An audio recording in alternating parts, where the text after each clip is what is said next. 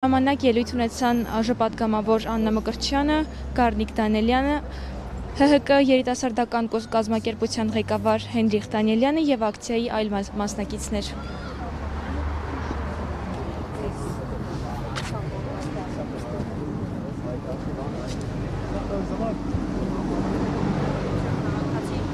Իշխանություններին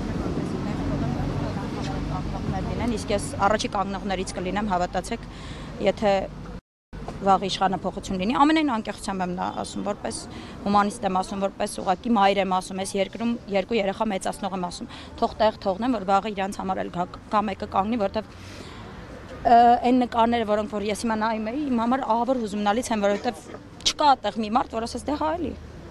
պիտի նստեր, չէ, այդ մարդիկ ոչ կաշառակերներ են, ոչ թալանչիներ են, ոչ հանցագործներ են, իրանք մի տեղում են, որտեղ որ ինձ թվում է միայն հանցագործներ պետք է լինեն։ Ես այստեղ եմ, որպեսզի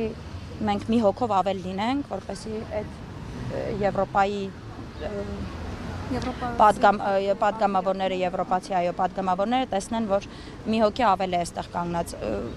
քիչ լինենք, թե շատ լինենք, միևնույն է մեր ձայնը թող լսելի լինի ու կարծում եմ շատ կարևոր է, որ մենք իրենց ասենք, որ օքեյ չի, այսինքն չգան Հայաստան միայն Գառնին տեսնեն, ինչ որ, չգիտեմ, արարողակարգային բաներ անեն, գնան ծաղիկ խոնարեն, չնայած ծաղիկ խոնարելու տեղն էլ քանդել են, ինձ թվում է այդտեղ չեն գնում ծաղիկ խոնարելու, ուզում եմ որ տեսնեն, որ չէ, մեր երկրում, եթե իրենք համարում են, որ սա ժողովրդավարի պետություն է, մեր երկրում կա արդեն 60-ից ավել քաղ բանտարկյալու, դա նորմալ չի։ Անահիտ, ձեր կարծիքով միջազգային կառույցները ինչու են լռում Հայաստանում տեղի ունեցող այս գործընթացների հետ կապված, նախկինում մենք հիշում էինք, որ աղաղակում էին, եթե որևէ միջադեպ էր գրանցվում Հայաստանում։ Գիտեք, հենց ինքնիշխանությունը իմ կարծիքով ժողովրդի եւ պետության դրա մեջ է կայանում, երբ որ դու չես սպասում, որ ինչ-որ մեկը քո փոխարեն ինչ-որ բան ասի, երբ որ քո երկրում ես շատ լավ այդ դեպքը հիշում եմ արցախցիների տարհանման օրերին, գիտեք այդ օրերին ես ինչով էի զբաղված, բազմաթիվ արցախցիներին ընդունելով, տեղավորելով եւ նրանց համար սնունդ հավաքելով եւ շատ լավ հիշում եմ ՄԱԿ-ի գագաթնաժողովում այդ ելույթը, երբ որ Արարատ Միրզոյանը իդեպ հրաշալի ելույթ ունեցավ իմ համար ամենայն անկեղծությամբ ու ասաց, որ այս դեպքերն է կատարվում, Ադրբեջանի, եթե չեմ սխալվում, արտգործ նախարարը կամ փոխնախարարը պատտվեց, ասաց, չեք ասում, ձեր ղեկավարը ասում է ամեն ինչ օքեյ է։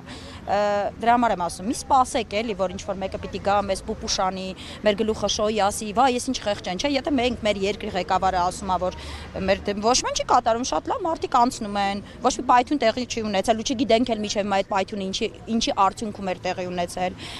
ոչ մի երեխաներ ռումբից չեն մահացել, իդեպ այդ երեխաներին երկու, որոնք որ մահացան հենց առաջի օրը, նրանց 20 թվականին տարհանման ժամանակ դիմավորել էի ես նրանց եւ նրանց մայրիկին տեղ էի տվել, այո,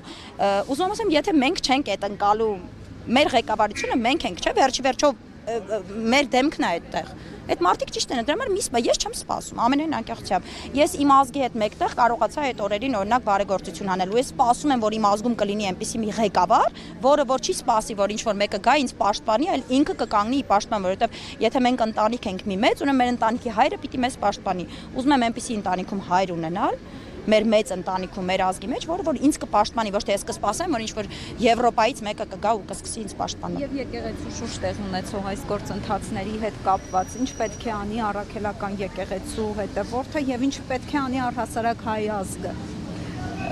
Նայեք, շատ եմ խոսել այս մասին, կկրկնվեմ երևի թե, բայց եկեղեցին նայել որպես ու գիտակցել, որ նայել որպես եկեղեցուն, որ մի հոգևորականով, նույնիսկ մեկ կաթողիկոսով ես այդպես չեմ նայում, իմ համար եկեղեցին դա իմ պետականության ամենակարևորագույն ինստիտուտներից է, անգամ նույնիսկ երբ որ պետականություն չի ունեցել մեր երկիրը, միևնույնն է կարևորագույն ինստիտուտներից մեկն է եղել եկեղեցին, եւ ես այսօր թողնել, որ ինչ որ մարդիկ տշեն այդ հիմքերը ու նայեք, երբ որ հիմքն է ինքը շենքի ու դու իրան քանդում ես, դու էլ վերևը չես կարողանա սարքել այդ շենքը։ Ես ուզում եմ, որ մենք դա գիտակցենք։ Դե այսօր օրինակ տեսանք իրանց ֆեյք դպիրին, ֆեյք կարգալույց եղած քահանայով, ֆեյք պատարագին, ֆեյք դպիրին։ Եթե մարդ կա, ես շատ ուրախ եմ իդեպ, եկեք ազնիվ լինենք, այն ինչ որ կատարվեց այդ օրերի այդ օրվա պատարագին, դա հավատավոր ժողովրդի կամքի ներկայությունն էր, որ մենք չենք գնում այդպես բանի մասնակցել։ Դուք այնտեղ տեսել եք, բացի իրենց, հա, սատարող այդ փոքրիկ ինչ-որ մասայա, չգիտեմ, շատ թեկուզ մեծ ոնց ուզում են իրենք իրենց կոչեն, տեսել եք այդտեղ հավատավոր ժողովուրդ, ես չեմ տեսել։ Այդ տեսականայից օրեցօր ավելի մեծ թափ է հավաքում այս հակաեկեղեցական արշավը, կարծես նահանջ չի անում իշխանությունները, հայտարարել են, որ մյուս կիրակի են գնալու, ընդհանրապես գնալու են։ Ինչ է կարծում, ի վերջո հաջողելու են այս հակաեկեղեցական արշավում, թե ոչ։ Եկեղեցին եղել է 1700 քանի տարի, եկեղեցին եղել է պատիվ ունեմից, Հայաստան Դաշինքից, ՔՊ-ից, ՀՀՇ-ից, բոլոր կուսակցություններից առաջ հավատացած եղեք Լեննալույա ինձանից, ձեզանից եւ մեր երեխաներից հետո էլ, որովհետեւ եկեղեցին մեր պետականության հիմնասյուններից մեկն է։ Եկեղեցին այն ինստիտուտն է, որը որ չպիտի չափվի ինչ-որ մեկի ուզելով կամ ինչ-որ մեկի չուզելով։ Մնալու է ու հավատացած եղեք, իսկական հավատավոր հայը դրա կողմնակից է, ես վստահ եմ։ Շնորհակալություն։